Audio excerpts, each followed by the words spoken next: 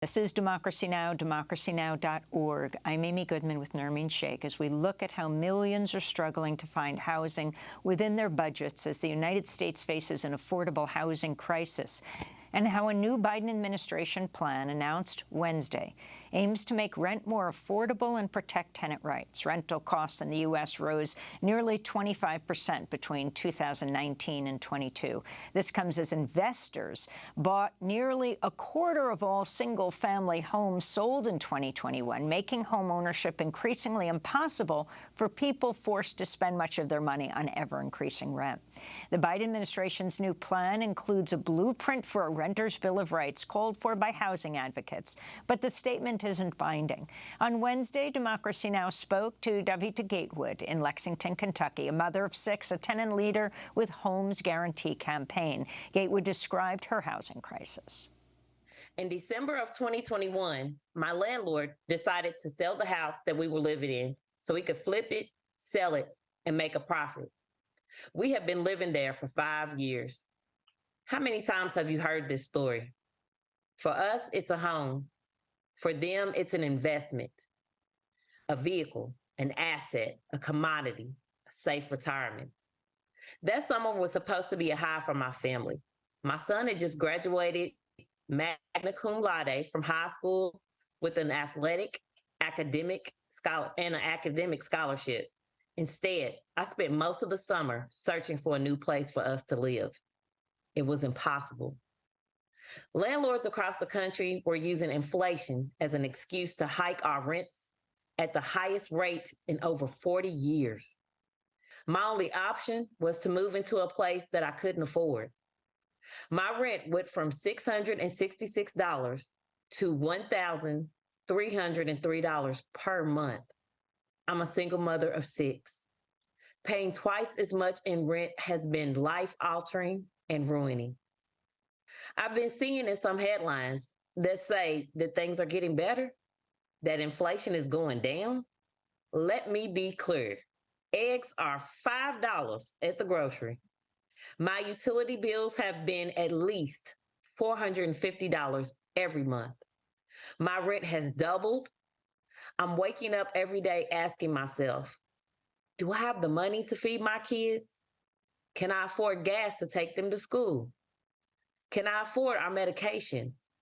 Tenants like me, mothers like me, families like mine are suffering every day because the administration has failed to take the action to regulate the rents, our biggest monthly expense.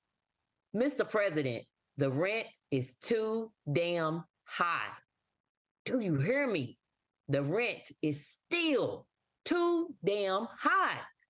We need you to provide real relief for families like mine by regulating the rents, nothing less.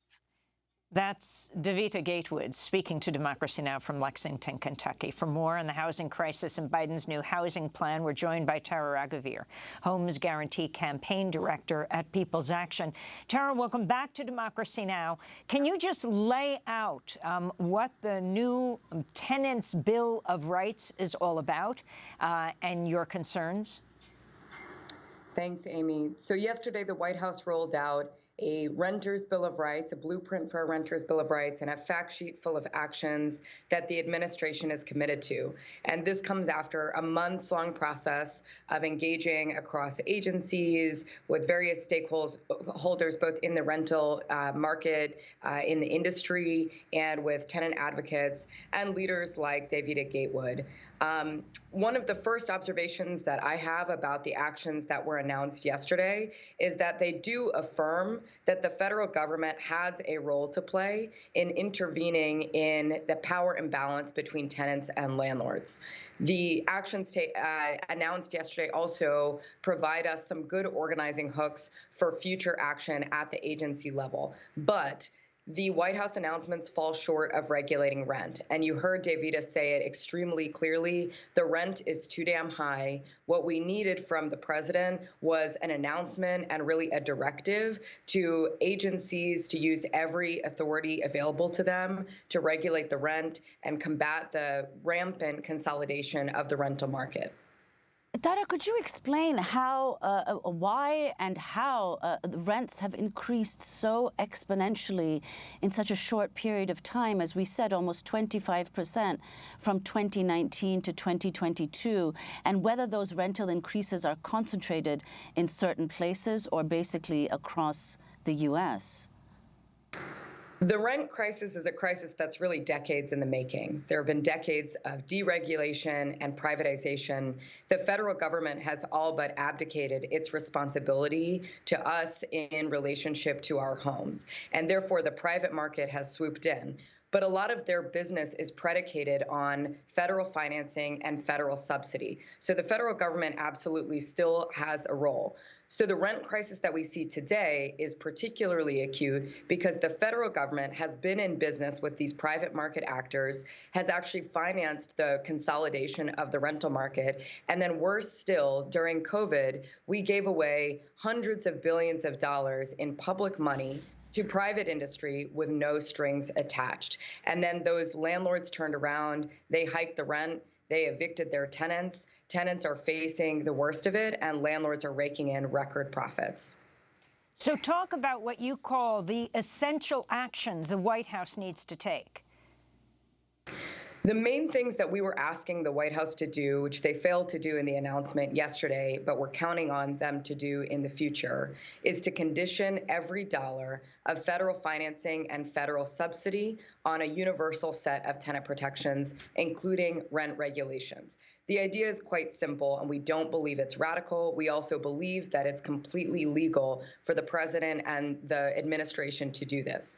So the Federal Housing Finance Agency is the regulator for Fannie Mae and Freddie Mac. Those are the government-sponsored enterprises that provide government-backed loans. What we can say is, if you are in business with the government, you are subject to these loan terms. For example, you can't raise the rent more than 2 or 3% year over year.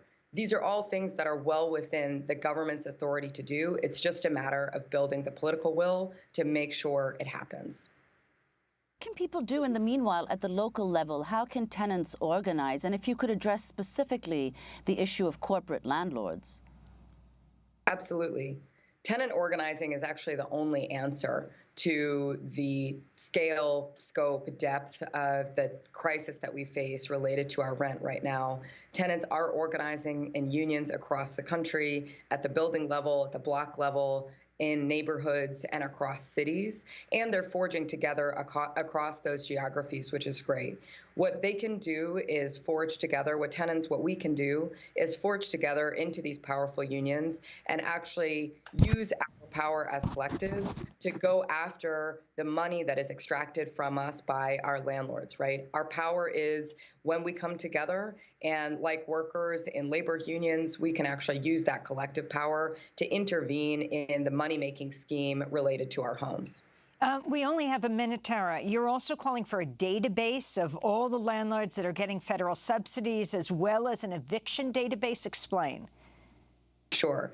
We called on a database because we want to understand, and we want the federal government to understand all of the ways that they are in business with private industry. One thing I want to say before we leave here is that yesterday, the National Apartment Association was celebrating the announcements from the White House. They were celebrating that they had defeated rent regulation. This is an association that has been part of colluding against eviction moratoriums and for rent hikes across the country. We should not take pause in our organizing when these lobbyists, who are some of the biggest spenders in Washington, D.C., are celebrating an announcement that was meant to protect tenants. Well, we want to thank you so much for being with us, Tara Raghuveer, Homes Guarantee Campaign Director at People's Action, speaking to us from Kansas City, Missouri. And that does it for our show. Democracy Now! Is produced with Renee Feltz, Mike Burke, Dina Guzder, Messiah Rhodes, Nermeen Sheikh, Maria Taracena, Tammy Warnoff, Tarina Nadura, Sam Alkoff, Tamery Astudio, John Hamilton, Robbie Karen, Hani Massoud. Our executive director is Julie Crosby. Special thanks to Becca Staley, John Randolph, Paul Powell, Mike DeFilippo, Miguel Noguera, Hugh Grant, Dennis Moynihan, David Prude, and Dennis McCormick.